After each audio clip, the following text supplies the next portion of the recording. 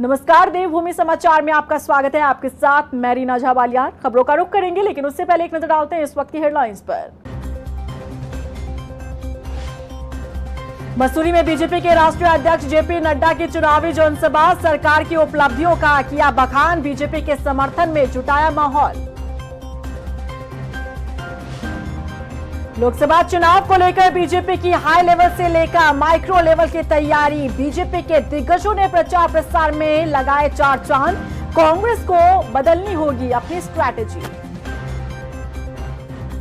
अंकिता हत्याकांड को लेकर मंत्री रेखा आर्य का बड़ा बयान, कहा दोषियों को सजा दिलाने के लिए सरकार प्रतिबद्ध, चुनावी समर में कांग्रेस मसले को दे रही तूल। बीजेपी खेमे में कांग्रेस की सेंधमारी, हल्द्वानी में बीजेपी नेता योगेश जोशी ने पार्टी छोड़ कांग्रेस का थामा दामन, कहा कांग्रेस की दूरदर्शी सोच से हुए प्रभावित। और चलिए अब बुलेटिन की शुरुआत कर लेते हैं। उत्तराखंड में 19 अप्रैल को पहले चरण के लिए मतदान के लिए महज 4 दिन बाकी है।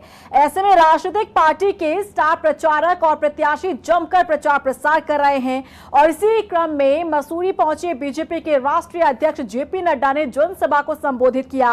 यहां उन्होंने टिहरी लोकसभा सीट के लिए प्रचार कर बीजेपी प्रत्याशी माला राज्यलक्ष्मी शाह के समर्थन में वोट की अपील की। इसके अलावा उन्होंने मंच से इंडिया गठबंधन पर निशाना साधते हुए कहा कि सारे भ्रष्टाचारी एक साथ होकर छलावा कर रहे हैं। मोदी जी बोलते हैं भ्रष्टाचार हटाएंगे। मोदी जी ने कहा है कि 4 जून के बाद भ्रष्टाचारियों पर कार्रवाई और तेज होगी और कोई भी बख्शा नहीं जाएगा, इस बात को कहते हैं। इन दिनों चुनाव प्रचार का शोर खूब सुनाई दे रहा है। बीजेपी के दिग्गज मैदान से पहाड़ तक गरज रहे हैं, लेकिन बात कांग्रेस की करें तो कांग्रेस तैयारी से लेकर स्टार प्रचारकों को देवभूमि लाने तक में सुस्त दिखाई दे रही है। ऐसे में कैसे कांग्रेस बीजेपी को मात देगी, देखिए इस रिपोर्ट में।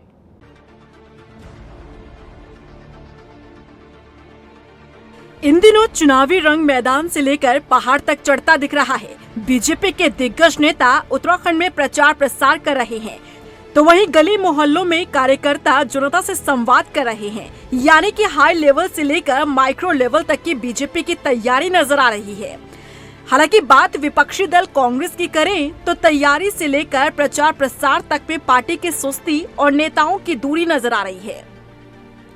स्टार प्रचारक के नाम पर सिर्फ प्रियंका गांधी ने उत्तराखंड में 2 जनसभाएं की। राहुल गांधी और मल्लिकार्जुन खड़गे का उत्तराखंड दौरा कब होगा, पार्टी के कार्यकर्ताओं और नेताओं तक को भी नहीं पता। लोकसभा क्षेत्रों में भी जनता के बीच पार्टी प्रत्याशियों को लेकर कोई हलचल नहीं। जहां कांग्रेस मजबूत हुआ करती थी, वहां भी कांग्रेस की सुस्ती नजर आ रही है।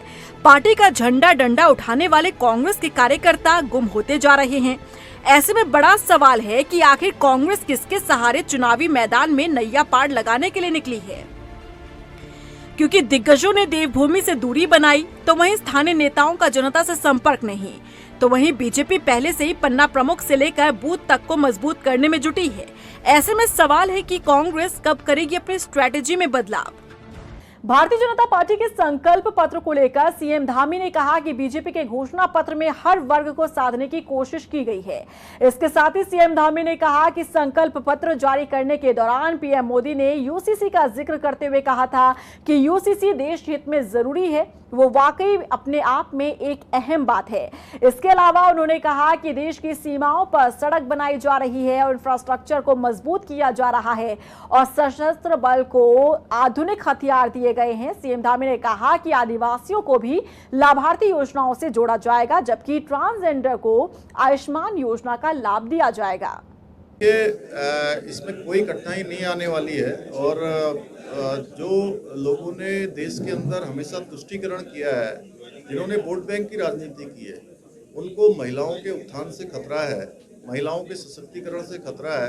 इसलिए वो संदेह और कन्फ्यूजन की स्थिति बनाना चाहते हैं। हम बहुत जल्दी जो हमारा विधेयक पारित हुआ है, राष्ट्रपति महोदय ने हमको जिसकी मंजूरी दे दी है, इसको लागू करेंगे। जो भी संदेह है, जिससे कन्फ्यूजन है, वो सब समाप्त हो जाएंगे। और उत्तराखंड के अंदर ये शुरू हुआ है, तो जैसी यहाँ शुरुआत हुई है, मैं समझता हूँ वो आगे बढ़ेगी। जैसे गंगा जी यहाँ से निकलती हैं, पूरे देश को जल जीवन देती हैं, और उसी प्रकार से इसका लाभ सबको मिलने वाला है। महिला एवं बाल कल्याण विभाग मंत्री रेखा आर्य ने अंकिता हत्याकांड को लेकर एक बड़ा बयान दिया है। उन्होंने कहा कि अंकिता भंडारी हत्याकांड दुखद है, सरकार दोषियों को सजा दिलाने के लिए प्रतिबद्ध है, देवभूमि की बेटी को न्याय जरूर मिलेगा। इसी के साथ रेखा आर्य ने कांग्रेस पर निशाना साधते हुए कहा कि विपक्ष ने चुनावों में सियासी लाभ के लिए इस मसले को तूल दिया है।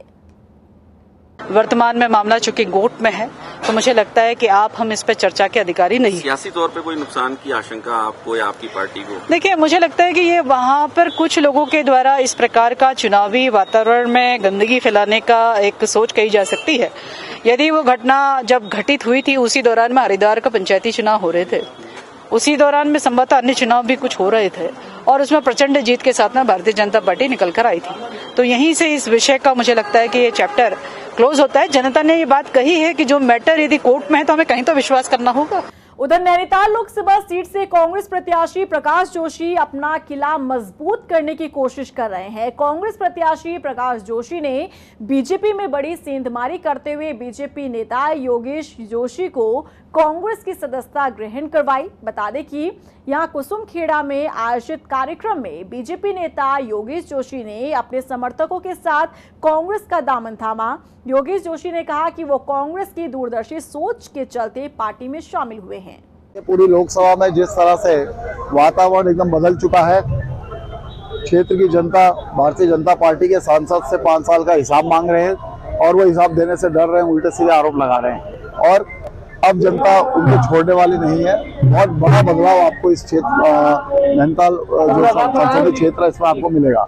मैं ये कहना चाहूंगा कि मेरा परिवार सदैव ही कांग्रेस समर्थित रहा है और वर्ष 2016 में कुछ परिस्थिति ऐसी हुई कि मुझे भाजपा का दामन थामना पड़ा और आज पुनः मेरी घर वापसी हुई है। वहीं अल्मोड़ा में कांग्रेस के प्रदेश अध्यक्ष कर्ण मारा ने कांग्रेस प्रत्याशी प्रदीप चमचा के समर्थन में जनसभा की और इस जनसभा में कांग्रेस ने सरकार की नाकामियों को गिनाते हुए बीजेपी के घोषणा पत्र को झूठ का पुलिंदा बताया। वहीं कांग्रेस प्रत्याशी प्रदीप चमचा ने संसद तक पहुंचने के लिए जनता से आशीर्वाद मांगा। पूरा झूठ का पुलिंदा और आडंबर से भरा हुआ है। आपने उसमें देखा होगा, उसमें लिखा हुआ है किसान की गारंटी, महिलाओं के लिए गारंटी, मोदी की गारंटी। आप ये बताइए 750 किसान जिस देश में मर गए हों आंदोलन में केवल एमएसपी के लिए, उसमें किसान की कैसी गारंटी? मणिपुर की घटना हुई है, एक बेटी ने अपनी कुश्ती छोड़नी पड़ गई। यहाँ अंकिता भंडारी मर्डर केस हुआ है, 9 हिमालय राज्यों में हम पहले स्थान पे है महिला अपराध पे। कैसी मोदी की महिलाओं के लिए गारंटी है? तो ये सब झूठ है। गारंटी है तो राहुल गांधी के, जिन्होंने कहा हम ओपीएस लागू करेंगे, तो जितने राज्यों में हमारी सरकारें ओपीएस लागू हुआ, उन्होंने कहा महिलाओं को 500 का सिलेंडर देंगे तो दिया। लेकिन मोदी जी ये बताएं ना, कहाँ है वो काला धन? जो अग्निपथ और अग्निवीर योजना के नाम पर जो परोसा गया, आज स्थिति ये है कि देश के प्रधानमंत्री 2 बार उत्तराखंड में आ चुके हैं, देश के रक्षा मंत्री आ चुके हैं, लेकिन उत्तराखंड की धरती में लगता है उनके मुंह में जैसे दही जम गई है कि वो अपनी इस अग्निपथ योजना को, जिसको वही इवेंट मैनेजमेंट में बड़े माहिर हैं, इसके बचाव के पक्ष में एक शब्द नहीं निकल रहा है। लोकसभा चुनाव में मतदान के लिए चुनाव आयोग मतदाताओं को जागरूक कर रहा है। मुख्य सचिव राधा रतूड़ी ने सचिवालय के सचिवों, उप सचिवों, आईजी और सभी कार्मिकों को लोकसभा चुनाव में मतदान करने की सामूहिक रूप से शपथ दिलाई। मुख्य सचिव राधा रतूड़ी ने कहा कि लोकसभा चुनाव में सभी कार्मिकों को मतदान के लिए जागरूक करते हुए शपथ दिलाई गई है। उन्होंने कहा कि सचिवालय के सभी कार्मिक 19 अप्रैल को अपने मतदान का प्रयोग जरूर करेंगे, क्योंकि ये उनका कर्तव्य ही नहीं, अधिकार भी है। मुख्य निर्वाचन अधिकारी उत्तराखंड ने जो उनका स्वीप कार्यक्रम है, मतदाता जागरूकता कार्यक्रम के अंतर्गत आज सभी सचिवालय कार्मिकों को मतदान की शपथ दिलाई गई है। 19 अप्रैल को प्रथम चरण में, जो देश में पूरे देश में चुनाव हो रहा है, प्रथम चरण में उत्तराखंड में 19 अप्रैल को पोलिंग होगी और हमें उम्मीद है कि सभी सचिवालय कार्मिक और सभी वोटर, आप सब भी, आप लोगों को बहुत मुश्किल होती है वोट डालने में, लेकिन प्रयास करेंगे कि आप सबका भी वोट पड़े और हम सब लोग अपना वोट डालें, क्योंकि ये हमारा कर्तव्य भी है और अधिकार भी है। लोकसभा चुनाव के लिए उत्तराखंड में 11,729 पोलिंग बूथ स्थापित किए जा रहे हैं। अपर मुख्य निर्वाचन अधिकारी के मुताबिक इन सभी बूथों पर दिव्यांग मतदाताओं के लिए सभी सुविधाएं उपलब्ध है। इसके अलावा राज्य में सक्षम ऐप के जरिए 1,623 लोगों ने डोली का अनुरोध किया है। वहीं 2,437 लोगों ने व्हीलचेयर के लिए आग्रह किया है। इसके साथ ही मतदान केंद्रों में ब्रेल आधारित बैलेट पेपर उपलब्ध कराए गए हैं। निर्वाचन आयोग के निर्देश के अनुक्रम में सभी जनपदों में 11,729 पोलिंग बूथ स्थापित किए जा रहे हैं और इन सभी बूथों पर दिव्यांग व्यक्तियों हेतु विभिन्न सुविधाएं भी उपलब्ध कराई जा रही हैं। अभी तक जो सक्षम ऐप का डाउनलोड किया गया है 51,373 सक्षम ऐप पर डाउनलोड पूर्ण किया जा चुका है। चंपावत में मतदान ड्यूटी कर रहे कर्मियों ने मतदान किया। बता दें कि निर्वाचन आयोग ने मतदान ड्यूटी कर रहे कर्मियों के लिए विशेष व्यवस्था की है। कर्मियों को डाक मतपत्र के साथ ही ईडीसी की सुविधा दी गई है। यहां पर पोस्टल बैलेट के जरिए अब तक 651 मतदान हुआ है। इस संबंध में जितने भी हमारे निर्वाचन कार्मिक हैं जो कि अन्य किसी पार्लियामेंट्री कंस्टिट्यूंसी के मतदाता हैं उनके लिए पोस्टल बैलेट की सुविधा बनाई गई थी। लगभग 650 पोस्टल बैलेट्स हमारे पास अन्य लोकसभाओं से प्राप्त हो चुके हैं। आज से हमने जो पोस्टल फैसिलिटेशन सेंटर है वो खोल दिया है। दोनों जो हमारे एसडीएम कार्यालय हैं वहाँ पे ये बूथ की सुविधा उपलब्ध है और प्रातः 9 बजे से शाम 5 बजे तक ये बूथ की सुविधा रहेगी। इसके बाद जो लोग उस दिन छूट जाएंगे वो 17 और 18 को भी जब पार्टी रवाना होंगी उस समय वो अपने मतदान का प्रयोग कर सकते हैं। वहीं दिनेशपुर में बीजेपी विधायक अरविंद पांडे ने नुक्कड़ सभा की और इस सभा में बीजेपी नेता ने नैनीताल लोकसभा सीट से बीजेपी प्रत्याशी अजय भट्ट के लिए वोट की अपील की। विधायक अरविंद पांडे ने 400 पार का नारा देते हुए उन्होंने कहा कि देश की जनता प्रधानमंत्री नरेंद्र मोदी को तीसरी बार पीएम बनाएगी। आम जनता ने ये मन बना लिया है कि जैसे रामनवमी का त्यौहार होता है, होली का त्यौहार होता है, दीपावली का होता है, ऐसी यह चुनाव भी हमारे लिए त्यौहार है और इस त्यौहार में हमने अपना देवता विश्व के सबसे लोकप्रिय नेता नरेंद्र मोदी को चुना है। अब की बार 400 पार के स्लोगन के साथ देश की जनता चाहे किसी प्रदेश की हो, किसी क्षेत्र की हो, प्रचंड बहुमत के साथ भारतीय जनता पार्टी की जीत है और देश के प्रधानमंत्री नरेंद्र मोदी तीसरी बार प्रधानमंत्री बनना है। रुद्रपुर में भाजपाइयों ने चुनावी जनसभा आयोजित की जिसमें क्षेत्र के कई बड़े नेताओं ने हिस्सा लिया। इस बैठक में बीजेपी कार्यकर्ताओं ने नैनीताल लोकसभा सीट से पार्टी प्रत्याशी अजय भट्ट को जिताने का आह्वान किया। बीजेपी नेता भारत भूषण चुग ने बताया कि बीजेपी कार्यकर्ता घर घर जाकर जनता से समर्थन मांग रहे हैं। अगर काम गिनने लगूंगा मोदी जी के तो मुझे लगा रात भी कम पड़ जाएगी। ये मुझे उससे ज्यादा आप लोगों को पता है। अभी कांडपाल जी ने बड़े विस्तार से बात रखी, सेना के बारे में पांडे जी ने बात रखी, तो ऐसे काम हो रहे हैं। दिनेशपुर में स्कूली छात्रों ने मतदान जागरूकता रैली निकाली। इस रैली में छात्रों ने मतदाताओं से लोकतंत्र के महापर्व में हिस्सा लेने का अपील की। बता दें कि स्कूली बच्चों ने नारों के जरिए मतदाताओं को मतदान करने के लिए प्रेरित किया।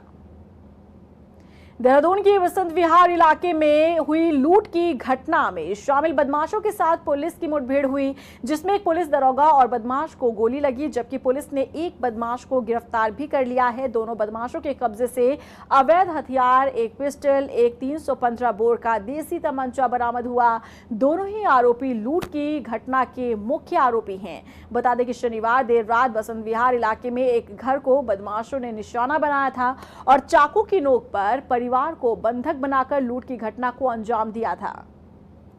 तो कॉमन मंशा सभी की थी, तो उसमें 3 लोग खाली शुरू में प्रकाश में आए थे, लेकिन अभी तक 3 की तो अरेस्टिंग हो चुकी है। इसमें एक फरार चल रहा है जो मेन अभियुक्त था। बाकी इसमें 1-2 लोग के और जो नाम आया जो पूरे षड्यंत्र और इस घटनाक्रम में शामिल थे, तो इसके आधार पर जो विधि सम्मत इसमें डकैती की धाराओं में इसको तरमीम किया जाएगा। और इसी के साथ फिलहाल इस बुलेटिन में बस इतना ही, लेकिन चलते चलते एक नजर डालते इस वक्त की हेडलाइंस पर। मसूरी में बीजेपी के राष्ट्रीय अध्यक्ष जेपी नड्डा की चुनावी जनसभा, सरकार की उपलब्धियों का किया बखान, बीजेपी के समर्थन में जुटाया माहौल। लोकसभा चुनाव को लेकर बीजेपी की हाई लेवल से लेकर माइक्रो लेवल की तैयारी, बीजेपी के दिग्गजों ने प्रचार प्रसार में लगाए 4 चांद, कांग्रेस को बदलनी होगी अपनी स्ट्रैटेजी। अंकिता हत्याकांड को लेकर मंत्री रेखा आर्य का बड़ा बयान, कहा दोषियों को सजा दिलाने के लिए सरकार प्रतिबद्ध, चुनावी समर में कांग्रेस मसले को दे रही तूल। बीजेपी खेमे में कांग्रेस की सेंधमारी, हल्द्वानी में बीजेपी नेता योगेश जोशी ने पार्टी छोड़ कांग्रेस का थामा दामन, कहा कांग्रेस की दूरदर्शी सोच से हुए प्रभावित।